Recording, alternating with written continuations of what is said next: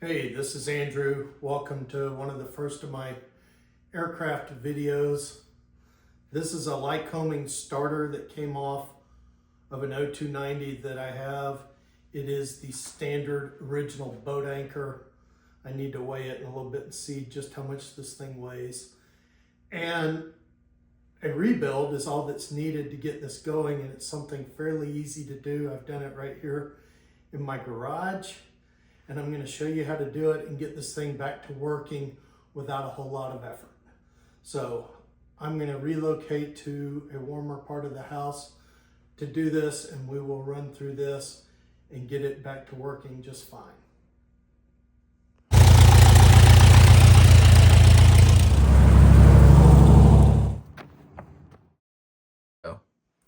So sitting before you is an original Lycoming starter that is probably older than I am, and we just weighed it. It looks like 17 pounds. It feels more like 25 or 30 and should be at the bottom of a boat anchor. And now I see why people want their lightweight starters that weigh 9 pounds or less. Huge weight savings. This part here is like cast iron. This is aluminum, and the inside's a lot of copper and steel, and that's the nature of the beast. Now, for full disclosure, this starter just recently got rebuilt for a second time, and the reason is the engine that it came off, I first procured like 15 years ago, more like 12, and I went to start it up just using jumper cables off of a car battery, and nothing happened except those car batteries started getting really warm. Not good. So I shut everything down, pulled this apart. It had obviously sat for quite a bit of time and was corroded and needed a lot of cleaning, lots of dried grease in there. So I pulled it apart, did a rebuild, not in the sense of rewinding anything, but it was a clean and re-grease, put it all back together, started the engine. Ran that engine, it worked just fine. Well, then it wound up sitting another decade while life intervened. And recently, my son and I went to go start this particular engine, same way, jumper cables off of a car battery. And again, it barely wanted to move. And so the prop did that, and that was the end of it. Okay, let's pull it back apart. But when I rebuilt it, I did not think of videoing it, and my son made the suggestion, hey, you should capture this on video for anyone else. Okay, so here we go, and I'm going to reposition this so that you can see what I'm doing, and I will narrate in the background so you don't have to look at me and you can look at the starter.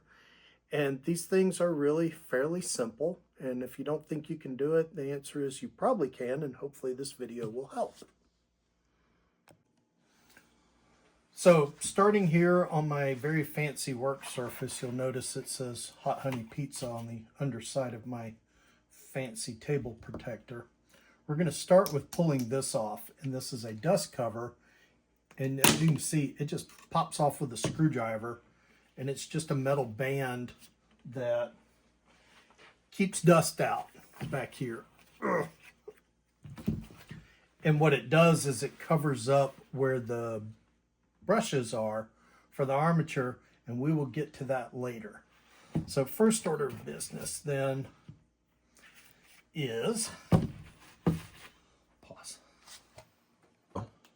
Now the first thing you want to do before you pull anything else apart is you want to mark the two halves here, and I'm just going to use a Sharpie and put a couple of marks here to line things up. And the reason for this, don't ask me why I know this, is that if you put this back on the airplane and you have that clocked over here, suddenly your battery cable isn't long enough.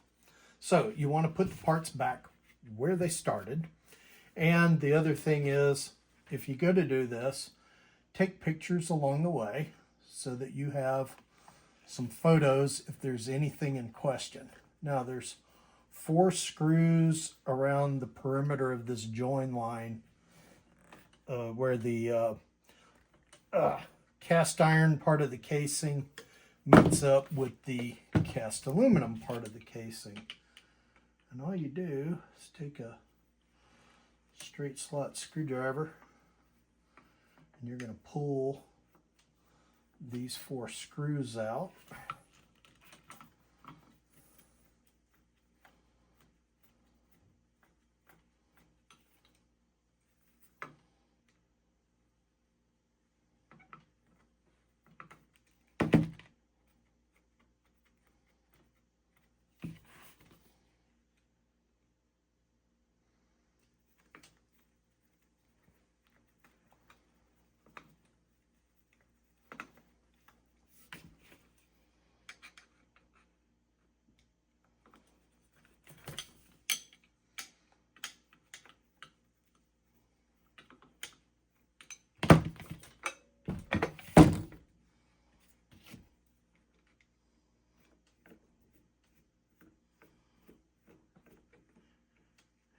Did not have one of them quite far enough out, and through the magic of time-lapse video, you can see how these now should come apart. If I, yeah, look at that one screw is a touch longer. We got 2 long ones and a couple shorter ones here.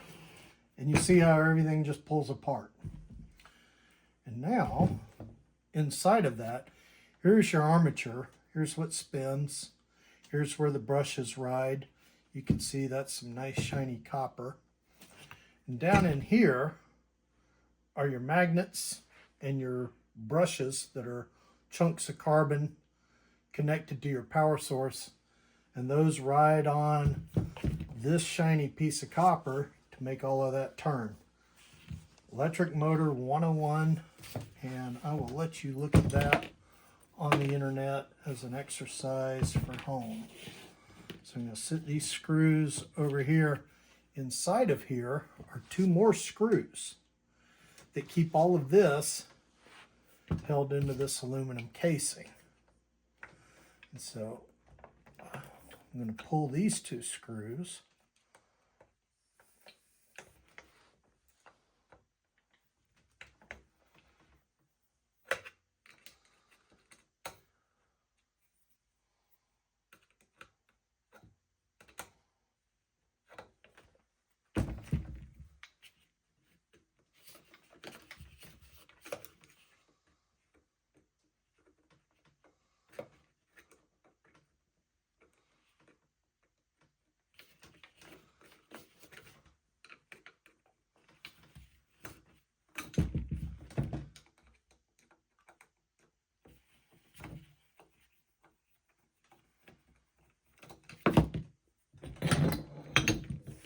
Sorry for any glare coming off the head there. So this is the guts of the matter. This is, again, your armature. And all of this up here is your Bendix. And if I turn it backwards, you'll see it telescopes out. So this is what, when you go to crank, engages the starter ring on your engine, and then it will retract after the engine catches fire and starts running on its own. And this is just the giant spring that's in there. That is essentially it. 3 big pieces are how it all goes together. So when I first pulled this apart, you'll see this shaft here, it actually sticks out the end of this case here. So this is your bearing surface, and this is where you want to lubricate. So the first order of business whenever I started on this was simply take all of this and clean it. Clean old grease, clean old goo, clean everything that's icky. And you can see where some of this grease is now on my hands. So I interrupted myself to go clean grease off of my hands. And then whenever I resumed filming, apparently went straight into assembly. Either that or I didn't save the clip. So I'm inserting this to mention what to do after you take it all apart. And the short answer is you clean it. So use cotton cloth on a stick or a screwdriver or Q-tips and clean out the old grease and goo, blow out the casings with some compressed air. Make sure you hold it away from yourself. You don't want to breathe that stuff. And get everything nice and clean so that you can put it back together with fresh grease. And the other thing to do is clean the armature, lightly sand it with some emery cloth.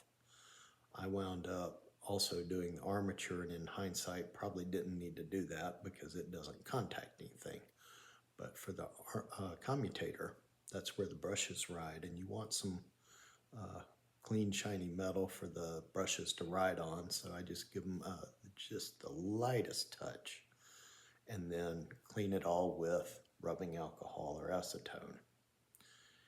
And then back at the tail end of the aft housing is where one bearing rides, and then the rest of it's up in that nose piece. So get everything clean, get it all lubed up, and there are some clips elsewhere about making little hooks out of coat hanger wire, and I need to get that inserted in there because that's part of reassembly. So we now resume our regularly scheduled video.